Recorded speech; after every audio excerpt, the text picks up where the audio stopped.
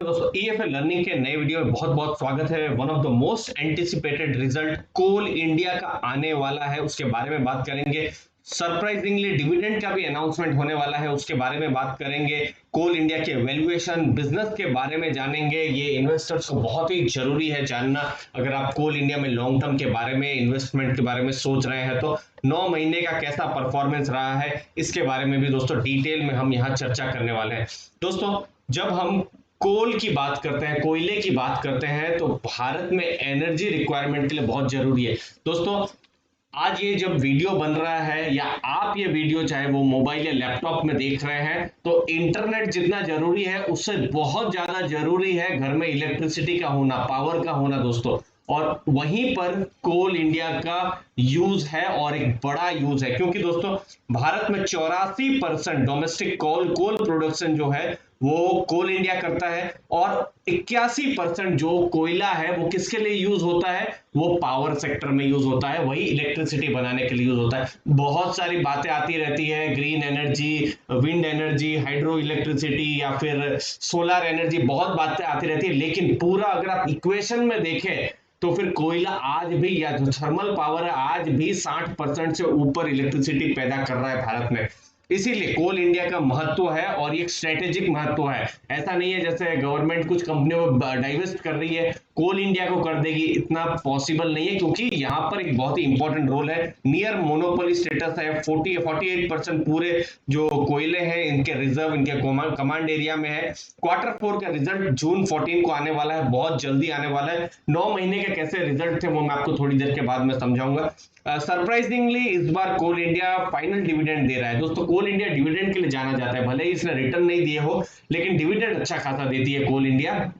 और ₹12.5 का interim dividend already दिया जा चुका है। ये पूरे साल में 2 डिविडेंड ऑलरेडी आ चुके हैं इन्वेस्टर्स को, तो ये एक और डिविडेंड जो है कोल इंडिया की तरफ से आ रहा है। ये थोड़ा सरप्राइजिंग है, क्योंकि फाइनल डिविडेंड पिछले 8 सालों से कोल इंडिया ने नहीं दिया है।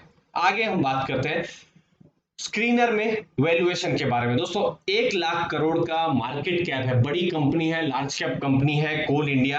अब यहां पर इंपॉर्टेंट है बुक वैल्यू को जानना। बुक वैल्यू है 60 की और प्राइस टू बुक वैल्यू है 2.70, जो कि इसको अट्रैक्टिव बनाता है।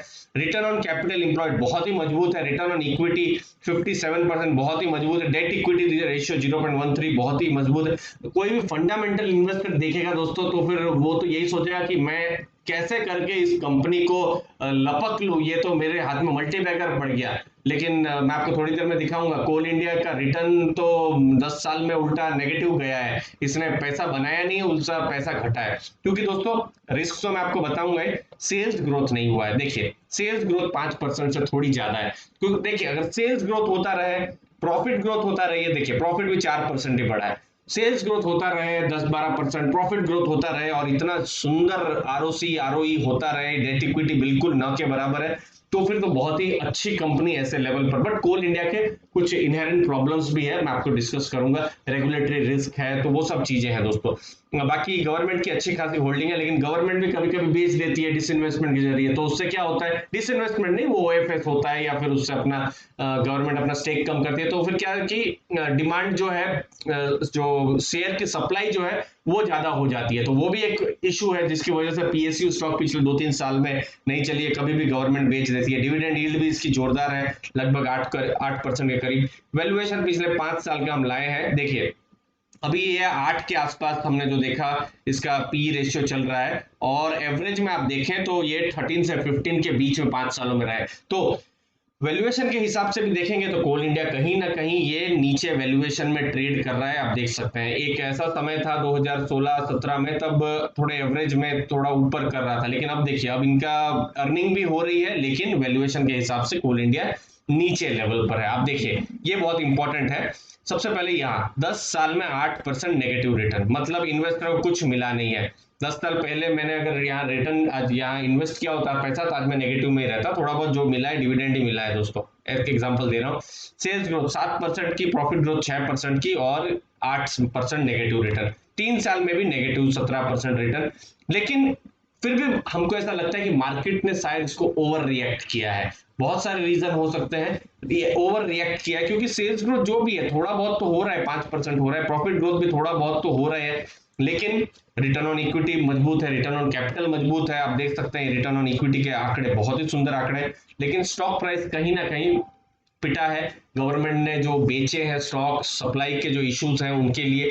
इसके अलावा क्या क्या रिस्क है, इन्वायरमेंटल और फॉरेस्ट क्लियरेंस के रिस्क होते हैं। ईएसजी के इन्वेस्टर पसंद नहीं करते हैं। आईटीसी के बहुत सारे एग्जांपल आते रहते हैं, क्यों चढ़ रहा है क्यों नहीं चढ़ रहा है। तो दोस्तों जो आजकल जो बाहर के इन्वेस्टर है, एफआईआई इन्वेस्टर, वो ऐसे स्टॉक्स में जाना चाहते हैं जहां इन्वायरमेंटल या सोशल या गवर्नेंस इश्यू ना हो।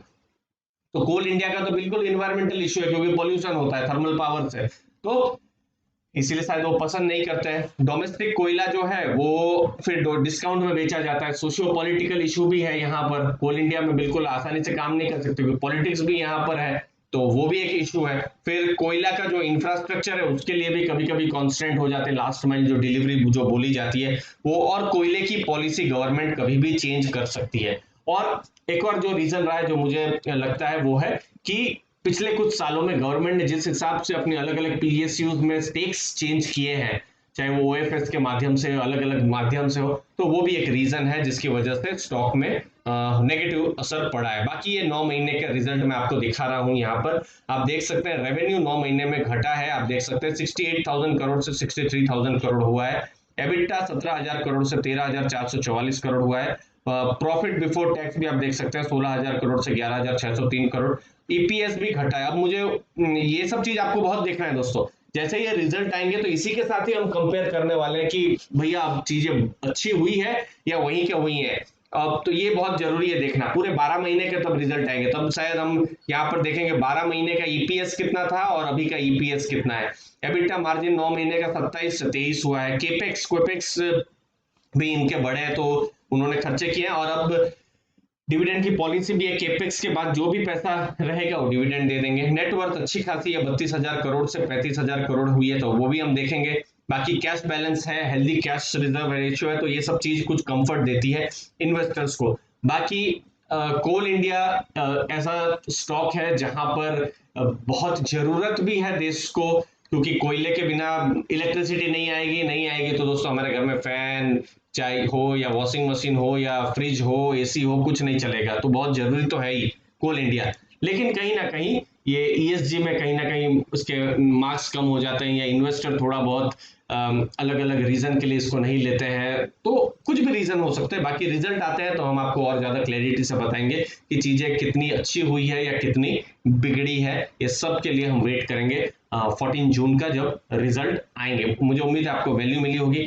वीडियो अच्छा लगा तो जरूर चैनल को लाइक शेयर सब्सक्राइब कीजिए। हमारी जो प्रीमियम मेंबरशिप है उसके साथ भी आप जुड़ सकते हैं, वहां पर हम डिटेल इंफॉर्मेशन और एनालिसिस भी आपको हम टाइम टू टाइम हम आपको प्रोवाइड करते रहेंगे। आपने अपना समय दिया उसके लिए बहुत बहुत धन्यवाद। थैंक यू वेरी मच दोस्तों।